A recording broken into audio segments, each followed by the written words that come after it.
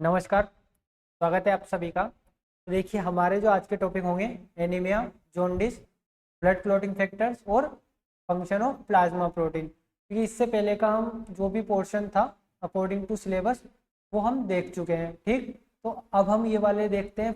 तो उसमें सबसे पहले हम देखें एनीमिया को। तो एनीमिया की जब हम बात करेंगे तो एनीमिया में क्या आएगा। एनीमिया की डेफिनेशन सबसे पहले क्या बताइए डब्ल्यूएचओ ने। It is a clinical condition. It is a clinical condition characterised by reduced in the number of RBC, reduced in number of RBC and reduced in the content of haemoglobin. Haemoglobin का decrease होना या reduce होना और उसके जो RBC number से उनमें decrease होना। जब ये कंडीशन आएगी कितना डिक्रीज होंगे तो below normal limit, normal limit से कम।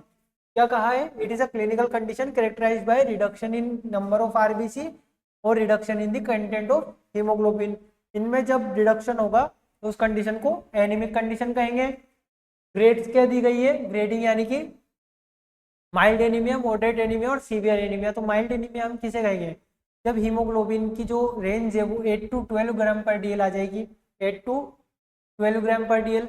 वहीं पे मॉडरेट कब कहेंगे, जब जो हीमोग्लोबिन है वो 5 टू 8 ग्राम पर डीएल होगा। और अगर उससे नीचे होगा तो उसे हम कहेंगे सीवियर एनीमिया। ठीक, ये 3 ग्रेड दी गई है, इसके इसके बेस पे ने नाम दिए गए हैं। इसके बाद में अगला हम देखें कि इसका क्लासिफिकेशन क्या हो सकता है जो हमारे पास में एनीमिया है। तो सबसे पहले तो ये देखें कि एनीमिया में यहाँ पे दो इसके क्लासिफिकेशन है, इटियोलॉजिकल क्लासिफिकेशन, मॉर्फोलॉजिकल क्लासिफिकेशन। नाम से ही हमें समझ में आ रहा है। इटियोलॉजिकल किसे कहेंगे, जो कि एनीमिया को कोज करने वाला जो मतलब एनीमिया को जो कोज कर रहा है उसके बेस पे जब हम कहेंगे तो वो होगा इटियोलॉजिकल फैक्टर्स, यानी कि on the basis of cause of anaemia. वहीं पे अगर हम साइज और कलर की बात करें आरबीसी के तो उस बेस पे जब हम कहेंगे तो हम कहेंगे मॉर्फोलॉजिकल एनीमिया। अब देखो यहाँ पे समझो, हम सबसे पहले इटियोलॉजिकल की अगर बात करें तो हमारे पास में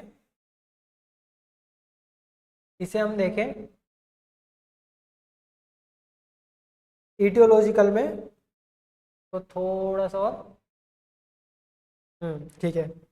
अब देखो इटियोलॉजिकल फैक्टर्स में हमारे पास में कौन कौन सा आना चाहिए। तो इटियोलॉजिकल फैक्टर्स में सबसे पहले हमारे पास में आता है हीमोरेजिक एनीमिया। अब देखो नाम से ही हमें समझ में आ रहा है हीमोरेजिक का एनीमिया का मतलब क्या है कि उसमें कहीं ना कहीं लॉस ऑफ ब्लड होगा। उसमें का नहीं कहीं ना कहीं लॉस ऑफ ब्लड होगा तो उसे हम क्या कहेंगे, हीमोरेजिक एनीमिया। तो यहाँ पे देखो सबसे पहला क्या है, हीमोरेजिक एनीमिया। तो हीमोरेजिक एनीमिया हमने किसको कहा, जिसमें due to excessive loss of blood, जब ब्लड का एक्सेसिव लॉस हो जाएगा तो उस कंडीशन में क्या होगा, आरबीसी भी डिक्रीज करेगी, हीमोग्लोबिन भी डिक्रीज करेगा, सीधी सीधी बात है एनीमिया होगा। सेकेंड है हीमोलाइटिक एनीमिया। लाइटिक यानी कि टूटना, तो due to excessive haemolysis which is not, ध्यान दो, which is not compensated by increased RBC production. यानी कि ये ऐसा हीमोलाइसिस हो रहा होता है आरबीसी का, अगर तुम नंबर भी बढ़ा दोगे ना तो भी उससे कंपनसेट नहीं हो पाएगा क्योंकि वो तो टूटती जाएगी। ठीक, इसके बाद में आता है ए प्लास्टिक एनीमिया। तो ए प्लास्टिक एनीमिया किसको कहा है, जो कि due to disorder of red bone marrow, यानी कि जब रेड बोन मेरो को डिसऑर्डर्स होंगे उस कंडीशन में जो एनीमिया होगा वो ए प्लास्टिक एनीमिया होगा। इसमें क्या हो रहा होगा, जो बोन मेरो है वो कन्वर्ट हो जा रहा होगा कहाँ पे, फैटी टिश्यू में, रिड्यूस्ड और रिप्लेस्ड बाय, देखो जो बोन मेरो है वो रिड्यूस्ड हो रहा होगा, रिप्लेस हो रहा होगा किससे, फैटी टिश्यू से। ठीक, ये वाली चीज क्लियर है। इसके बाद में देखो यहाँ पे बताया अगला पर्नीशियस एनीमिया। इसको हम थोड़ा देखेंगे कि पर्नीशियस एनीमिया 5 नंबर में पूछा जा सकता है। पर्नीशियस एनीमिया क्या कहा यहाँ पे, due to failure of absorption of vitamin B 12। जब विटामिन बी 12 एब्जॉर्ब नहीं हो पाएगा बॉडी में तो उस कंडीशन में जो एनीमिया आएगा वो या जो एनीमिया होगा वो पर्नीशियस एनीमिया होगा। क्योंकि यहाँ पे हमें पता है कि जो विटामिन बी 12 है वो किसका मेचुरेशन करवाता है, आरबीसी का। जब आरबीसी डिक्रीज कर जाएगी, हीमोग्लोबिन डिक्रीज कर जाएगा, सीधे सीधे एनीमिया हो जाएगा अगेन। ठीक, इसके बाद में हम देखें कि मॉर्फोलॉजिकल में क्या आता है। तो मॉर्फोलॉजिकल की अगर हम बात करें तो देखो नाम से समझने की कोशिश करना। पहला कहा है मैक्रोसाइटिक। क्या कहा है? मैक्रोसाइटिक। यहाँ पे ये है मैक्रो, इसको ये माइक्रो नहीं है, मैक्रो है, ठीक है, इसको देख लेना, मैक्रोसाइटिक। ठीक, कहीं ये माइक्रोसाइटिक दिखे इसलिए। तो ये है मैक्रोसाइटिक हाइपोक्रोमिक एनीमिया। मैक्रो का मतलब क्या होता है? बड़ा, और इसके बाद में हाइपोक्रोमिक का मतलब क्या हुआ? हाइपो यानी कि कम। तो आरबीसी का साइज, मैक्रोसाइटिक यानी कि आरबीसी का साइज बढ़ेगा, और हाइपोक्रोमिक यानी कि पेल इन कलर, कलर क्या हो जाएगा उसका? पेल हो जाएगा। तो इसको हम कहेंगे मैक्रोसाइटिक हाइपोक्रोमिक एनीमिया। इसके बाद इसको तो हम मेनली क्या कह सकते हैं, जो एमसीएचसी है वो लेस होगा, जो एमसीएचसी है वो लेस होगा। दूसरा माइक्रोसाइटिक हाइपोक्रोमिक एनीमिया। तो माइक्रोसाइटिक किसके लिए यूज करते हैं? माइक्रो स्मॉलर के लिए, तो आरबीसी क्या हो जाएगी? स्मॉल। और हाइपोक्रोमिक बोला है तो लेस कलर, कलर क्या हो जाएगा? लेस हो जाएगा। और एमसीएचसी इसका भी लेस होगा। अब देखो यहाँ पे तुम्हें कहीं पे भी हाइपर क्रोमिक नहीं दिखेगा। सोचो क्यों नहीं दिखेगा हाइपर क्रोमिक? हाइपोक्रोमिक तो दिख रहा है लेकिन हाइपर क्रोमिक नहीं दिख रहा है। तो उसका रीजन क्या है? एनीमिया की बात कर रहे हैं ना। अब एनीमिया में तो डिक्रीज ही हो रहा है, हीमोग्लोबिन ही रिड्यूस हो रहा है। तो क्या उस कंडीशन में कोई हाइपर की स्टेट आ सकती है? कलर में भी नहीं आ सकती, तो इसलिए हाइपर की बात करते ही नहीं है कलर में।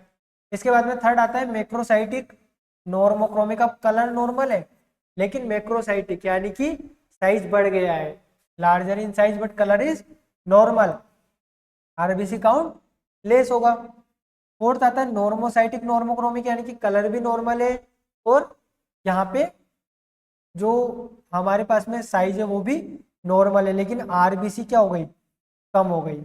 आरबीसी कम हो गई। साइज और शेप तो नॉर्मल लेकिन आरबीसी का नंबर ही कम है। उस कंडीशन में नॉर्मोसाइटिक नॉर्मोक्रोमिक हम उसे कहेंगे। ये वाली चीज क्लियर है? इसके बाद में देखो, ओके, इसके बाद में देखो अगला हमारे पास में क्या है? अगला हमारे पास में आते हैं इसके science and symptoms of anaemia, यानी कि एनीमिया के साइंस और सिम्टम्स क्या हो सकते हैं। तो अगर हम यहाँ पे बात करें सबसे पहले कि जो एनीमिया है, हमें पता है कि जब भी ब्लड का कंटेंट ही कम हो जा रहा है बॉडी में, आरबीसी रिड्यूस कर जा रही है, ऑक्सीजन सही से सप्लाई नहीं हो पा रही है, तो क्या फटीग वाली कंडीशन आएगी, यानी कि थकान वाली कंडीशन आएगी। तो एक तो इसका सिम्टम क्या हो गया यहाँ पे? फटीग।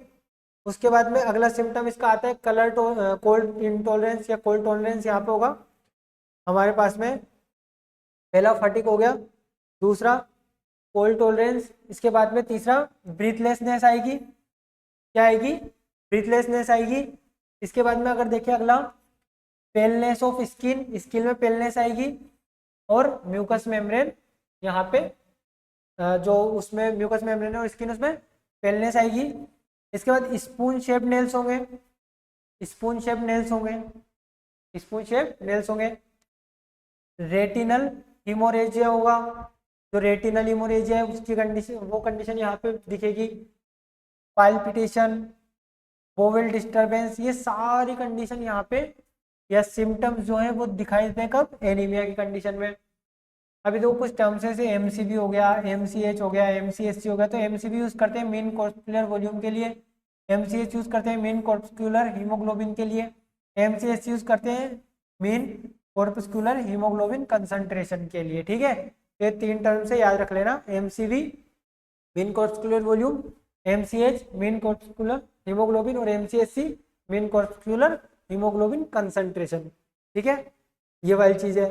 इसके बाद में अगला देखें, एनीमिया वाला ये पोर्शन हो गया। इसके बाद अगला हमारे पास में आता है, देखो पर्नीशियस एनीमिया को हम थोड़ा सा देख लेते हैं कि 5 नंबर में आ जाता है पर्नीशियस एनीमिया। तो सबसे पहले अगर पर्नीशियस एनीमिया की बात करें तो पर्नीशियस एनीमिया में होता क्या है, हमने अभी पढ़ा।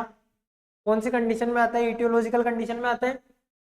Failure of absorption of vitamin B12, RBC का मेचुरेशन नहीं हो पाएगा इसकी वजह से। ठीक है, इन बोन मेरो मिगेलोब्लास्टिक हाइपरप्लेसिया, यानी कि देखो प्रोइथ्रोब्लास्ट एंड अर्ली नॉर्मोब्लास्ट की कंडीशन में, या फिर 30% इंटरमीडिएट और लेट नॉर्मोब्लास्ट की कंडीशन में ही आरबीसी रुक जाती है। हमने कहा मेचुरेशन विटामिन B12 करवा रहे हैं, जब विटामिन B12 नहीं एब्जॉर्ब हो पाएगा तो उस कंडीशन में क्या होगा यहाँ पे कि जो आरबीसी का डेवलपमेंट हो रहा है, मेचुरेशन हो रहा है, वो इन कंडीशन में यानी कि मेगालोब्लास्टिक हाइपरप्लेसिया होगा, जिसमें कि प्रोएरिथ्रोब्लास्ट की कंडीशन में रुक जाएगी, अर्ली नॉर्मोब्लास्ट की कंडीशन में रुक जाएगी, 30% इंटरमीडिएट या फिर लेट नॉर्मोब्लास्ट की कंडीशन में वो रुक जाती है, उसका मेचुरेशन ही नहीं हो पाता है। क्लियर।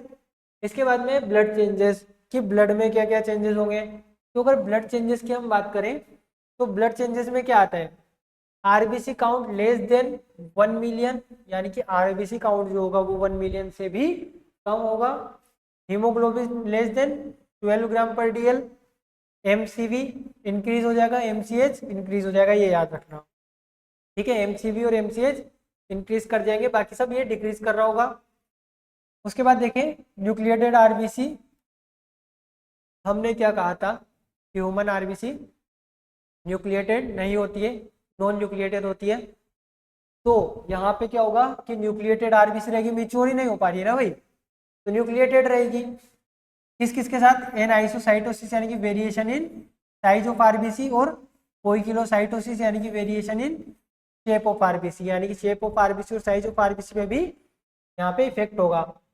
इसके बाद है रेटिकुलोसाइट मोर देन 5%, अब रेटिकुलोसाइट वाली स्टेज में भी जाके अटक सकती है।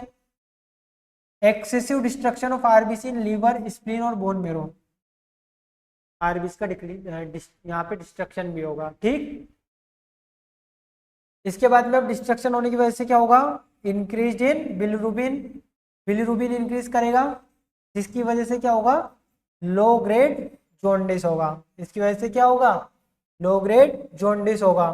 ठीक, ये वाली चीज क्लियर है।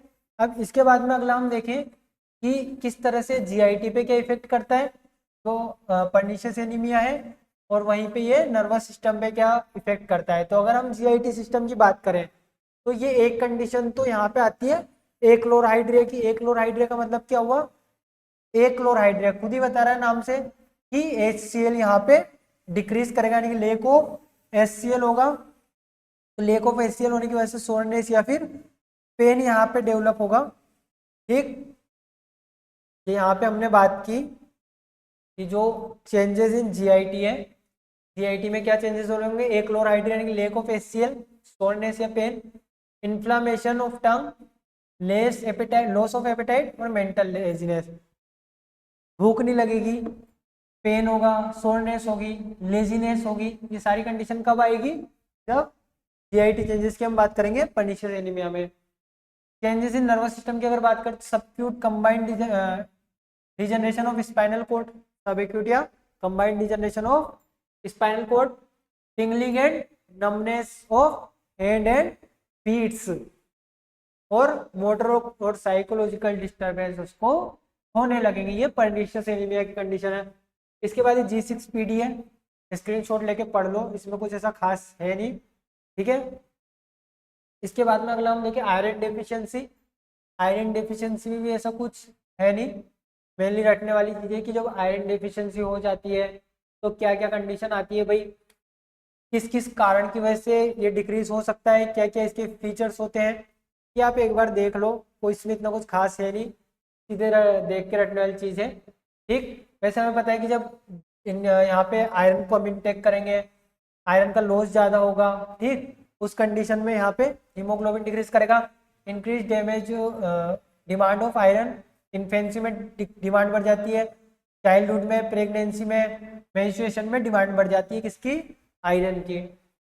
इसके बाद में defecation utilisation due to decrease absorption in stomach and, यहाँ पे ये डिफेक्टिव यूटिलाइजेशन होगा। कब, तो यहाँ पे अगर हम बात करें कि defective utilisation due to decreased absorption in stomach and due to duodenum disorders. ठीक है, ये सारी कंडीशंस यहाँ पे आएगी। इसके बाद में हम फीचर्स देख ले तो ब्रिटल नेल्स वाले फीचर्स होंगे, स्पून शेप नेल्स होंगे, ब्रिटल हेयर्स होंगे, एट्रोफी ऑफ पेपिलाइन टंग होगा। ठीक, यहाँ पे डिफिकल्टी इन स्वेलविंग होगी, डिस्फेजिया की कंडीशन होगी, यानी कि ठीक, ये वाली चीज हो गई।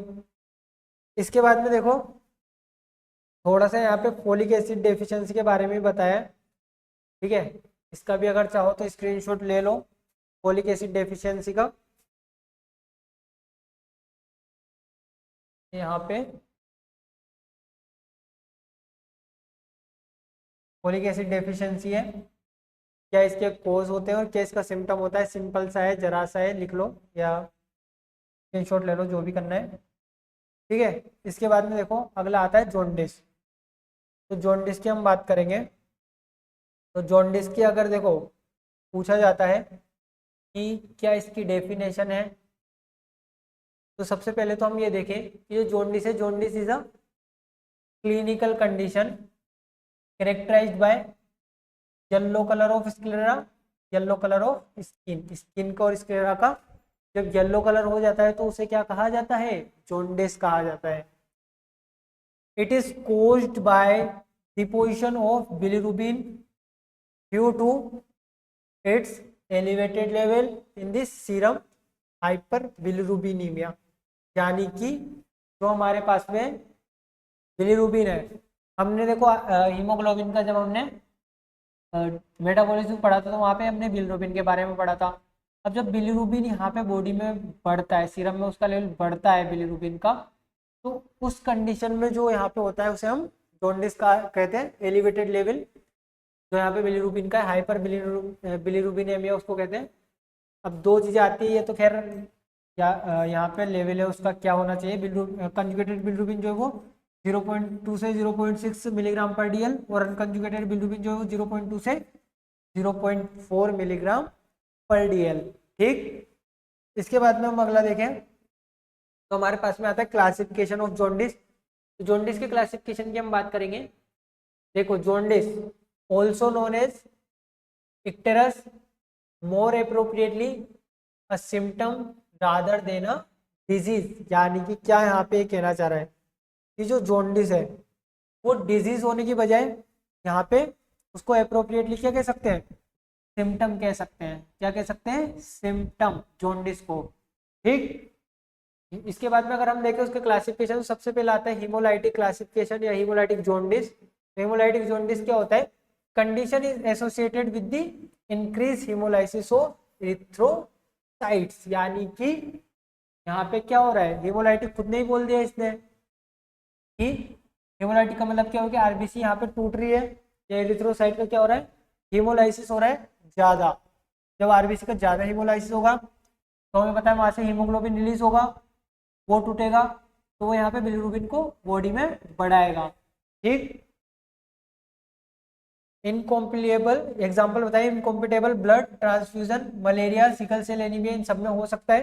रिजल्ट की अगर बात करें, मोर बिलिरुबिन प्रोडक्शन होगा जिसकी वजह से क्या होगा, excreted into bile, formation of urobilinogen and stercobilinogen को फॉर्म करेगा, और beyond the ability of the liver to excrete, यानी कि बिलिरुबिन इतना ज़्यादा बन जाएगा कि वो ना तो लीवर उसको यहाँ पे मेटाबोलाइज कर पाएगा, एक्सक्रीट कर पाएगा, और जो बॉडी है वो भी उसको यूरोकोबिलिनोजन स्ट्रोकोबिलिनोजन ज़्यादा फॉर्म करेगी, ठीक है। इसके बाद में देखें कि एलिवेशन ऑफ अच्छा ये दो पढ़े थे हमने, तो यहाँ पे अनकंजुगेटेड की बात करी है इसमें, ठीक। इसके बाद में अगला हम देखें, एक तो हमारे पास में हीमोलाइटिक हो गया, एक हमारे पास में आता है हिपेटिक जॉन्डिस। तो हिपेटिक जॉन्डिस की अगर हम बात करेंगे तो हिपेटिक जॉन्डिस यहाँ पे किसको कहा है, तो हिपेटिक से हमें समझ में आ रहा है कि लीवर की कहीं ना कहीं ये बात कर रहा होगा, ठीक है। तो क्या कहा है, jaundice is caused by dysfunctioning of the liver due to damage to the parenchymal cells, यानी कि जो पेरिकाइमल सेल्स है लीवर में उनका जब डैमेज हो जाएगा तो उस कंडीशन में ये हिपेटिक जॉन्डिस होगा, ठीक। हिपेटिक जॉन्डिस या hepatocellular jaundice is caused by dysfunction of liver due to damage to the parenchymal cells, may be attributed to viral infection, viral hepatitis को हम कहेंगे, poisons and toxins, chloroform, CCl4 phosphate, cirrhosis of liver, ये सारी conditions हो सकती है इनकी वजह से जो हिपेटोसेलुलर या हिपेटिक जॉन्डिस है ये हो सकता है। कैरेक्टरिस्टिक्स क्या है? Increase level of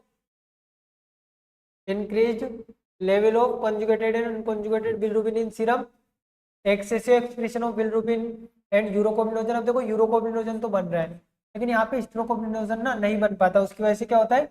stool is pale clay colour due to absence of stercobilinogen, यानी कि जो स्टेरोकोबिनोजन है उसकी डेफिशिएंसी हो जाती है। एसजीपीटी एंड एसजीओटी इंक्रीज कर जाता है। नोजिया एंड एनोरेक्सिया यानी कि लॉस ऑफ एपेटाइट यहाँ पे होता है। ये कंडीशन समझ में आ गई। इस कंडीशन के बाद में अगला हम देखें, दो तो हमने पढ़ लिया, देखो हिपेटिक पढ़ लिया और इससे पहले हमने हेमोलाइटिक वाला पढ़ लिया। इसके बाद में आता है ऑब्स्ट्रक्टिव जॉन्डिस। तो जो ऑब्स्ट्रक्टिव जॉन्डिस होता है, ऑब्स्ट्रक्टिव जॉन्डिस का मतलब क्या होता है? देखो ऑब्स्ट्रक्टिव से हमें समझ में आ रहा है ऑब्स्ट्रक्शन की बात कर रहा होगा, यानी कहीं ना कहीं रुकावट की बात कर रहा होगा। तो ऑब्स्ट्रक्शन कहाँ हो रहा होगा? Due to obstruction in the bile duct. तो बिलिरुबिन से होता है ना, तो कहाँ पे ऑब्स्ट्रक्शन हो रहा है? बाइल डक्ट में। बाइल डक्ट में ऑब्स्ट्रक्शन होने की वजह से क्या कर रहा है? Prevent passage of bile into the intestine. यहाँ पे obstruction in bile duct, prevention passage of bile into intestine. Due to blockage of bile duct the bilirubin from the liver enters into the circulation, यानी कि अब वो जो bilirubin बना है वो कहाँ चला जाता है? सर्कुलेशन के अंदर चला जाता है, क्योंकि बाइल डक्ट की जो यहाँ पे ओपनिंग थी उसमें ऑब्स्ट्रक्शन आ गया है। कैरेक्टरिस्टिक्स क्या होंगे इसके? Increase concentration of bilirubin in serum, elevated excretion of bilirubin through urine. इसमें भी स्टेरोकोबिनोजन जो है वो एब्सेंट होता है। फैट डाइजेशन अफेक्ट करेगा। यहाँ पे क्या होगा कि फैट का जो डाइजेशन है वो अफेक्ट होगा। तो ये बात हमने कर ली जॉन्डिस की। जॉन्डिस भी 10 नंबर में एनीमिया के साथ देखो जुड़ के, और 10 नंबर का टॉपिक ये हो सकता है। ठीक, इसके बाद में अगला हम देखें ब्लड क्लोटिंग फैक्टर। ये तो तुम्हें याद ही करने पड़ेंगे। 5 नोजन है, प्रोथ्रोम्बिन है, थ्रोम्बोप्लास्टिन है, कैल्शियम है, लेवल फैक्टर है, 6 फैक्टर अभी प्रूव्ड ही नहीं हुआ है, stable factor 7, 8 anti haemophilic factor देखो 10 नंबर में आ सकता है ये पूरा मिला के। इसके बाद में क्या है? क्रिसमस फैक्टर है, स्टुअर्ट फैक्टर है, प्लाज्मा थ्रोम्बोप्लास्टिन इंसिडेंट है, 12 में हैगमैन फैक्टर है, और 13 में 5 स्टेबलाइजिंग फैक्टर है। ठीक, इसके बाद में हम कैस्केड मैकेनिज्म को देख लेते हैं थोड़ा सा कि कैस्केड मैकेनिज्म में क्या हो रहा होगा। तो बच्चों के कैस्केड मैकेनिज्म की अगर हम बात करेंगे तो हमारे पास में यहाँ पे देखो सबसे पहले तो ये आता है कैस्केड मैकेनिज्म। देखो आया हुआ क्वेश्चन है, क्वेश्चन सीधा कैस्केड मैकेनिज्म पे पूछा जाता है कि कैस्केड मैकेनिज्म समझा दो ब्लड क्लोटिंग फैक्टर के साथ में। ठीक, क्या है हमारे पास में? Cascade mechanism. क्या है ये? Cascade mechanism. ठीक, ये कैस्केड मैकेनिज्म। अब कैस्केड मैकेनिज्म को हम समझे कि क्या हो रहा है यहाँ पे। तो कैस्केड मैकेनिज्म में मेनली ना ब्लड की क्लोटिंग हो रही होती है। ब्लड की क्लोटिंग कब? चोट वोट लग गई, यहाँ पे क्या हुआ है? एक्सट्रिंसिक पाथवे और इंट्रिंसिक पाथवे, दो पाथवे काम करते हैं। दो पाथवे काम करेंगे, इंट्रिंसिक पाथवे और एक एक्सट्रिंसिक पाथवे। तो एक्सट्रिंसिक पाथवे में क्या हो रहा होगा? एंडोथेलियम डैमेज हो रही होगी प्लस एक्सपोजर ऑफ कोलेजन हो रहा होगा। जब हमने हेमोस्टेसिस पढ़ा था तो हेमोस्टेसिस के हमने अंदर देखा था कि कोलेजन का एक्सपोजर होगा, फिर वो जाके प्लेटलेट्स को एक्टिव करेगा, वहां से अडेर होगा, उनसे अडेरेंस होगा। ठीक है, एंडोथेलियम डैमेज हो रही है, एक्सपोजर ऑफ कोलेजन और इंट्रिंसिक पाथवे में क्या चल रहा है? तो टिश्यू ट्रोमा, टिश्यू थ्रोम्बोप्लास्टिन। तो अब यहाँ पे देखो दो फैक्टर, दो चीज आती है, ग्लाइकोप्रोटीन एक फॉस्फोलिपिड। तो जो ग्लाइकोप्रोटीन है यहाँ पे 7th फैक्टर काम करता है। कौन सा? 7th फैक्टर काम करता है, और ये 9th फैक्टर को 10th फैक्टर को एक्टिव करता है 10th ए में, जो कि कैल्शियम की हेल्प से प्रोथ्रोम्बिन एक्टिवेटर को एक्टिव करते हैं। ये मिलके किसको? प्रोथ्रोम्बिन एक्टिवेटर को एक्टिव करते हैं सारे मिलके। अब यहाँ पे क्या कर रहा है ये? एक तो इंट्रिंसिक पाथवे हो गया, दूसरा चलेगा एक्सट्रिंसिक पाथवे। इसमें क्या हो रहा है? यहाँ पे देखो क्या विजिबल है?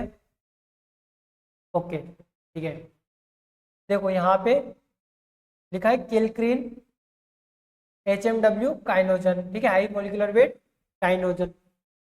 ये वर्क करता है किस पे?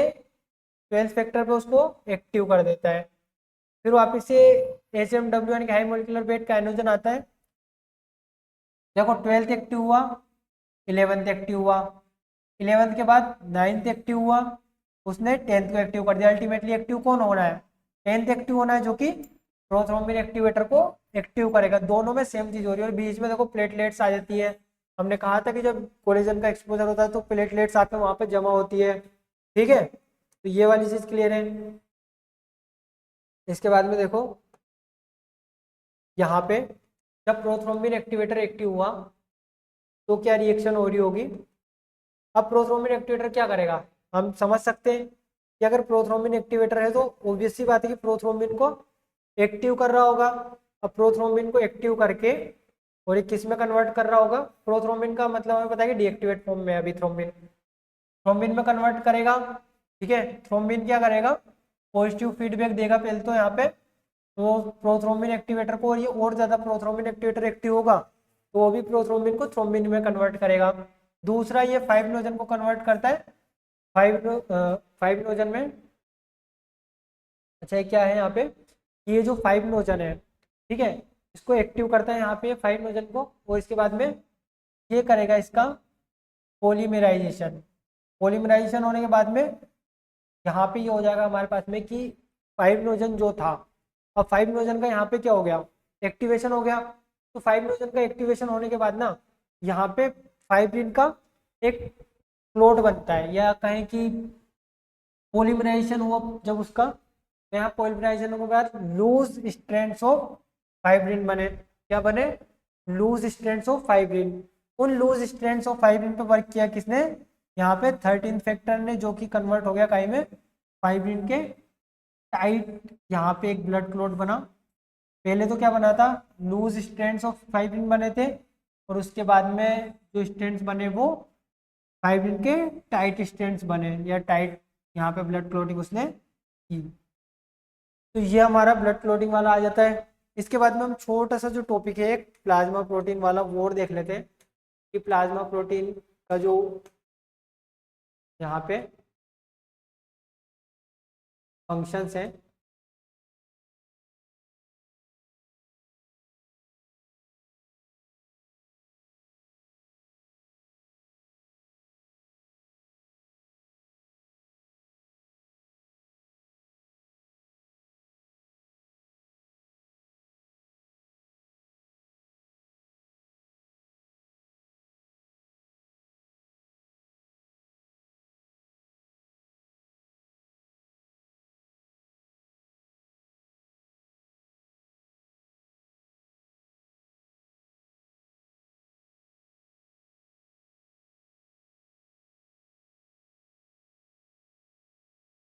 देखो 5 नंबर में मेनली प्लाज्मा प्रोटीन पूछा जाता है, फंक्शंस और प्लाज्मा प्रोटीन की जब हम बात करें तो 5 नंबर में पूछा जाता है। अब यहाँ पे देखो आप, ये हमने शॉर्ट में लिखा है 5 नंबर में कितना लिख सकते हैं, इसको थोड़ा सा फैला के लिखोगे 5 नंबर का आराम से होएगा। बाकी आप इसको अगर और पढ़ना चाहते हो जाए तो आप जाके बुक से एक बार देख सकते हो। ठीक है, सबसे पहला क्या है कि role in coagulation of blood, यानी कि 5 नोजन का यहाँ पे से रोल आ रहा है, प्लाज्मा प्रोटीन है। Role in defence mechanism, gamma globulin का रोल आ रहा है। Role in transport mechanism, albumin and alpha beta globulin का रोल आ रहा है। Role in maintenance of oncotic pressure in body, mainly albumin यहाँ पे ऑनकोटिक प्रेशर को मेंटेन करके रखता है। तो ऑस्मोटिक प्रेशर और ऑनकोटिक प्रेशर दो अलग अलग चीजें। Role in regulation of acid base balance, जो कि एल्ब्यूमिन करता है। Role in viscosity of blood, जो कि वो भी एल्ब्यूमिन करता है, maintain blood blood pressure. Role in ESR यानी कि एरिथ्रोसाइट सेडिमेंटेशन रेट को यहाँ पे मैनेज करते हैं ग्लोबिन एंड 5 नोजन। इसके बाद में आता है अगला रोल इन यहाँ पे सस्पेंशन स्टेबिलिटी ऑफ RBC, इसमें भी ग्लोबिन और 5 नोजन वर्क करते हैं। Role in production of telephone substance, जो कि यहाँ पे nourishment of tissue cells in culture का काम ये करेंगे। इसके बाद में रोल एज रिजर्व प्रोटीन, ये रिजर्व प्रोटीन के लिए भी यहाँ पे काम करता है। जब हम फास्टिंग की बात करते हैं या इनएडिक्वेटेड फूड इनटेक हो, जब फूड इनटेक सही से नहीं हो पा रहा है, प्रोटीन इनटेक सही से नहीं हो पा रहा है, तो उस कंडीशन में भी प्लाज्मा प्रोटीन का यहाँ पे फंक्शनिंग होती है। तो ये प्लाज्मा प्रोटीन के फंक्शन वाला टॉपिक था। इसके बाद में अब देखो यहाँ पे हम लगभग टॉपिक्स को देख चुके हैं, ठीक, ज़्यादा कुछ अब बचा नहीं है हमारे पास में, ठीक है। तो मिलते हैं अब आपसे next video next new topic के साथ में। धन्यवाद।